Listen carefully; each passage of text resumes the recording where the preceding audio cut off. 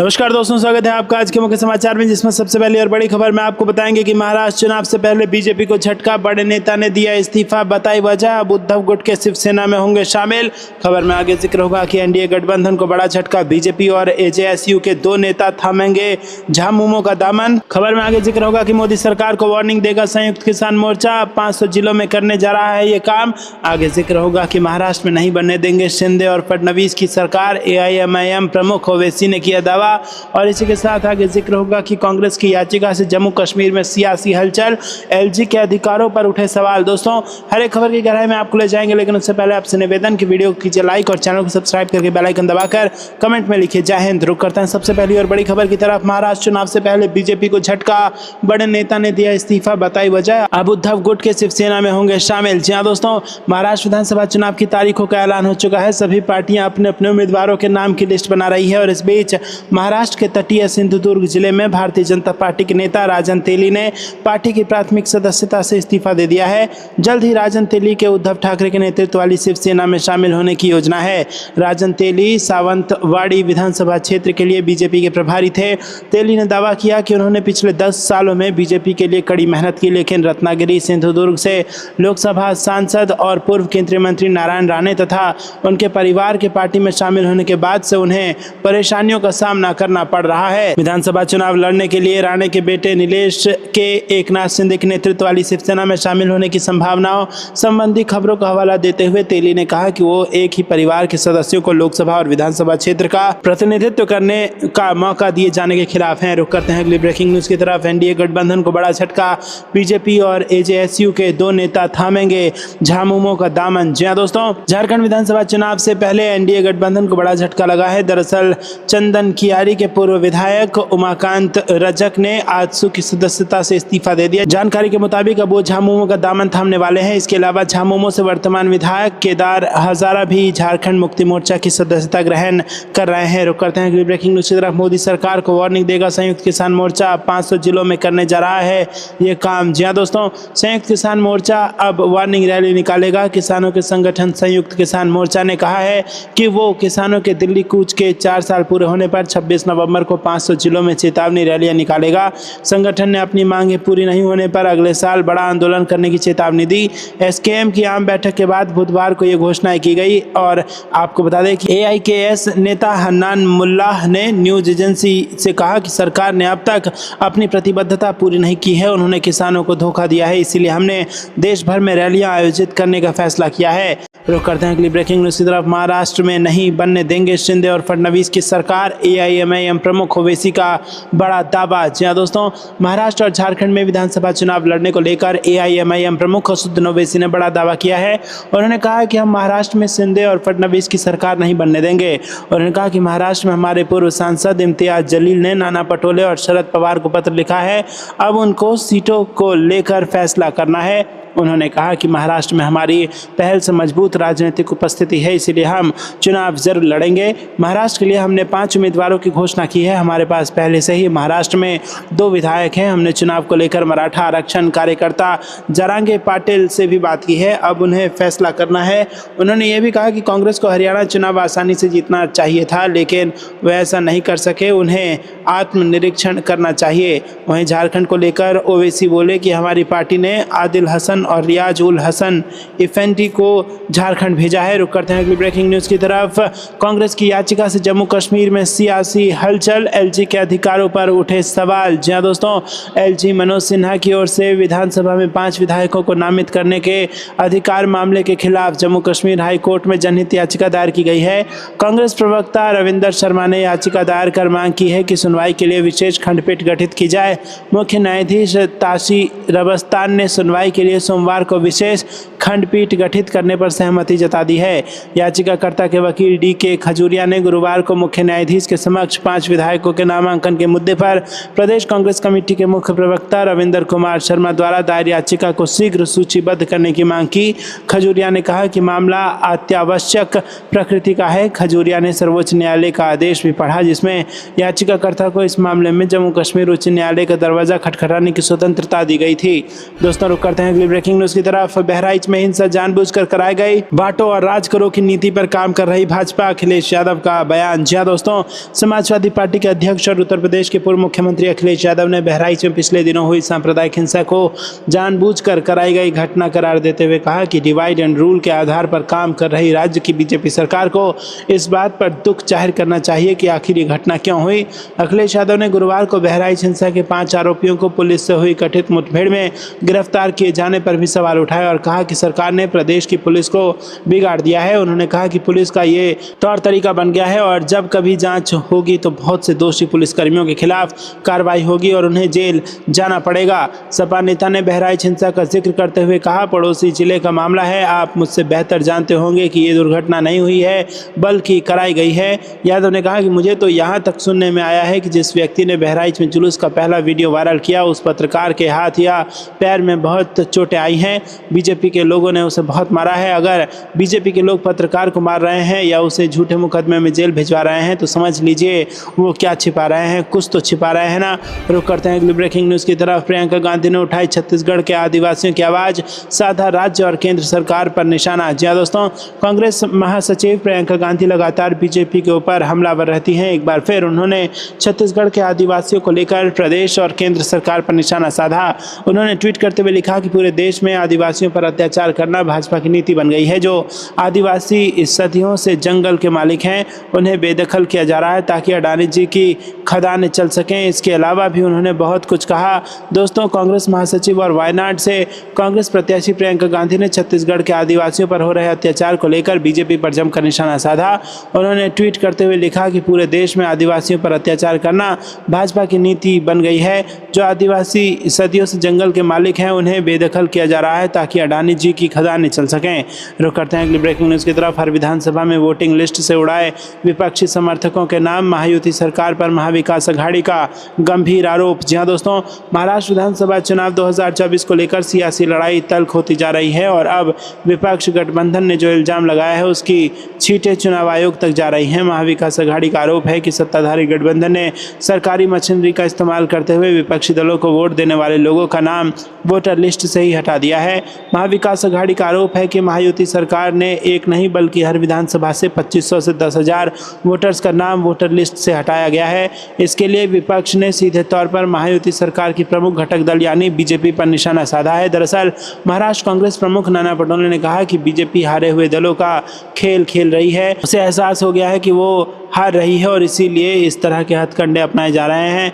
हम सरकार को चेतावनी देते हैं कि महाराष्ट्र के लोग उन्हें नहीं छोड़ेंगे। उन्होंने कहा कि फॉर्म नंबर 7 को ऑनलाइन स्वीकार नहीं किया जाना चाहिए क्योंकि विपक्षी मतदाताओं के नाम हटाए जा रहे हैं। रुक करते हैं अगली ब्रेकिंग न्यूज़ की तरफ, जहां पर महाराष्ट्र चुनाव से पहले बड़ा भांडाफोड़, 10,000 करोड़ का घोटाला, कांग्रेस ने बीजेपी पर साधा निशाना। जी हां दोस्तों, महाराष्ट्र विधानसभा चुनाव 2024 से ठीक 1 महीने पहले राज्य में एक बड़े घोटाले का अंदेशा लगाया जा रहा है। कांग्रेस पार्टी ने सत्तारूढ़ दल बीजेपी पर गंभीर आरोप लगाते हुए 10,000 करोड़ रुपए के घोटाले का जिक्र किया है। इस बयान के बाद से महाराष्ट्र की सियासत में भूचाल आ गया है। कांग्रेस के वरिष्ठ नेता पवन खेड़ा का दावा है कि महाराष्ट्र में महायुति सरकार ने 10,000 करोड़ रुपए की डकैती कराई है। पवन खेड़ा ने कंपनी का नाम लिए बिना कहा कि बीजेपी चंदा लेकर धंधा कर रही है। कांग्रेस नेता पवन खेड़ा का कहना है कि बीजेपी ने मराठी भाइयों से 10,000 करोड़ लूटा है। पुणे रिंग रोड प्रोजेक्ट के तहत ये घोटाला किया गया है। Maharashtra state road development corporation के अनुसार किसी एक कंपनी को 2 से ज्यादा प्रोजेक्ट नहीं दिया जा सकता है, लेकिन कॉर्पोरेशन का क्राइटेरिया बदलकर एक कंपनी को 4 प्रोजेक्ट दे दिए गए हैं। ये काम किसी और ने नहीं बल्कि बी यानी बीजेपी कंपनी कर रही है। रुक करते हैं अगली ब्रेकिंग न्यूज़ की तरफ। मणिपुर में मुख्यमंत्री के ही खिलाफ चले गए विधायक, पीएम मोदी को पत्र लिखकर की सीएम बदलने की मांग। जी हां दोस्तों, मणिपुर में हिंसा की खबरों के चलते पूरे देश में मणिपुर की चर्चा हो रही है। राज्य के मुख्यमंत्री एन बीरेंद्र सिंह को विपक्षी दल लगातार निशाने पर ले रहे हैं और इस बीच अब बीजेपी के ही विधायकों ने अपने मुख्यमंत्री के खिलाफ मोर्चा खोल दिया है। इन 19 विधायकों ने पीएम मोदी को पत्र लिखकर मांग की है कि उन्हें सीएम पद से हटाया जाए। मीडिया रिपोर्ट के अनुसार बीजेपी के विधायकों की इस लिस्ट में स्पीकर थोकचोम सत्यव्रत सिंह, और मंत्री थोगम विश्वजीत सिंह और युमनान खेमचंद सिंह का नाम शामिल है। रुक करते हैं अगली ब्रेकिंग न्यूज़ की तरफ। कार्यभार संभालते ही एक्शन मोड में उमर अब्दुल्ला, जम्मू कश्मीर को फिर राज्य का दर्जा देने के लिए पारित किया प्रस्ताव। जी हाँ दोस्तों, केंद्र शासित प्रदेश जम्मू कश्मीर के पहले मुख्यमंत्री उमर अब्दुल्ला ने कार्यभार संभाल लिया है। शुक्रवार को उमर अब्दुल्ला ने अपनी पहली कैबिनेट की बैठक की।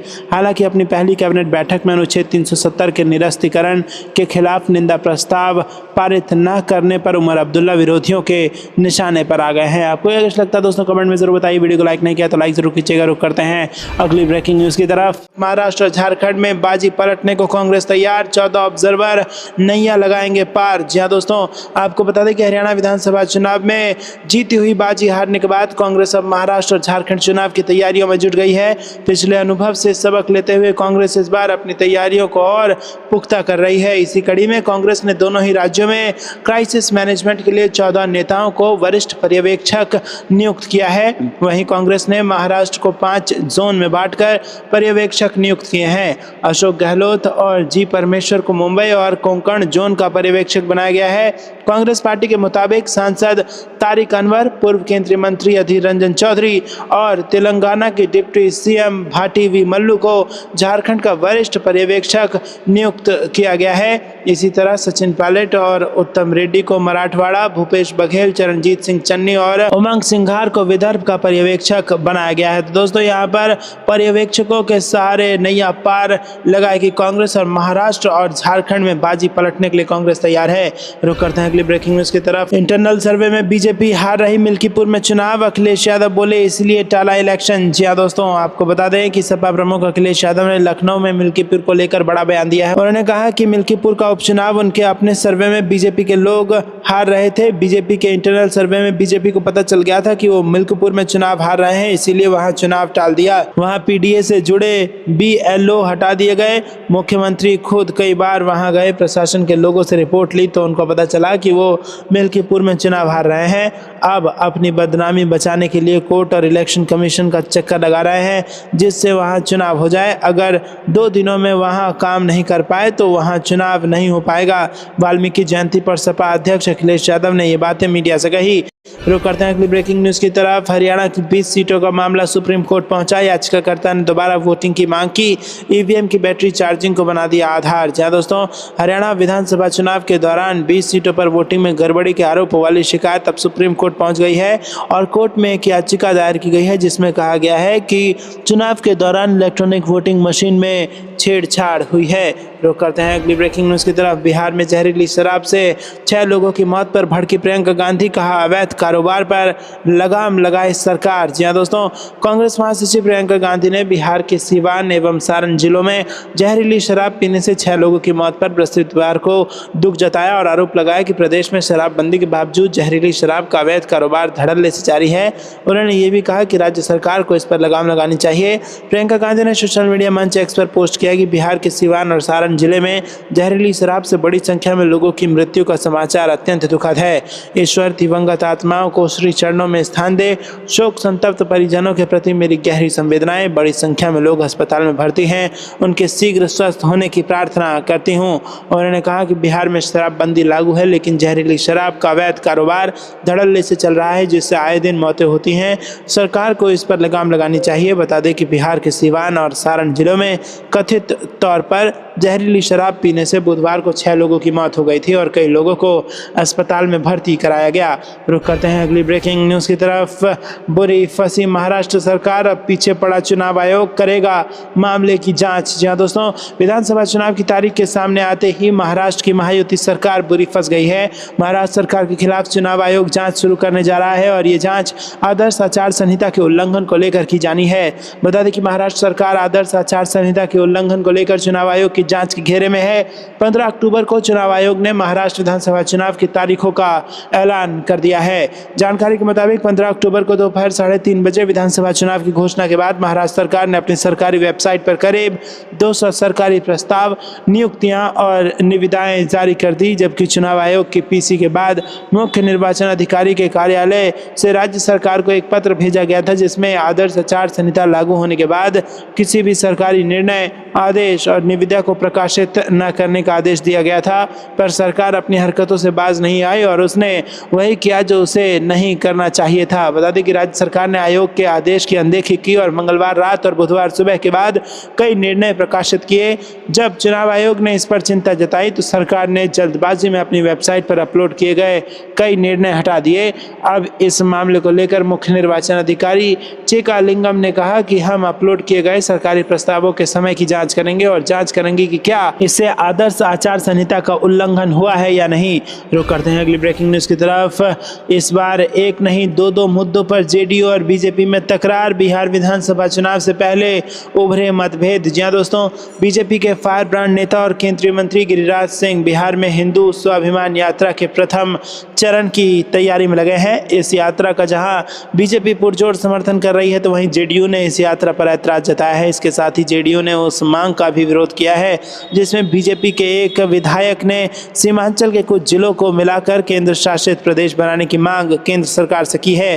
बिहार विधानसभा चुनाव से पहले जेडीयू और बीजेपी के बीच दो मुद्दों पर मतभेद सियासी गलियारों में चर्चा का विषय बन गया है। बता दें कि आगामी 18 अक्टूबर से गिरिराज सिंह हिंदू स्वाभिमान यात्रा पर निकल रहे हैं। इस दिन वो भागलपुर से रवाना होंगे और उनकी यात्रा 19 अक्टूबर को कटिहार पहुंचेगी। इसके बाद वो 20 अक्टूबर को पूर्णिया में पहुंचेंगे। वहीं 21 अक्टूबर को अररिया और 22 अक्टूबर को किशनगंज में उनका कार्यक्रम है। गिरिराज सिंह का कहना है कि बांग्लादेश में हिंदुओं के साथ जो हुआ है उसको देखते हुए सीमांचल के हिंदुओं को वो जगाने के लिए अपनी यात्रा कर रहे हैं। उनकी इस यात्रा को जहां बीजेपी अपना समर्थन दे रही है तो वहीं जेडीयू ने इसका विरोध किया है। जेडीयू के विधान पार्षद नीरज कुमार ने सवाल उठाते हुए कहा है कि बिहार में नीतीश कुमार के नेतृत्व में 7 निश्चय पार्ट 2 पर काम हो रहा है। बिहार में किसी धर्म के लोगों के साथ कोई परेशानी होती है तो अपने माता पिता की सेवा करने के लिए नीतीश कुमार के नाम पर चल पड़ते हैं।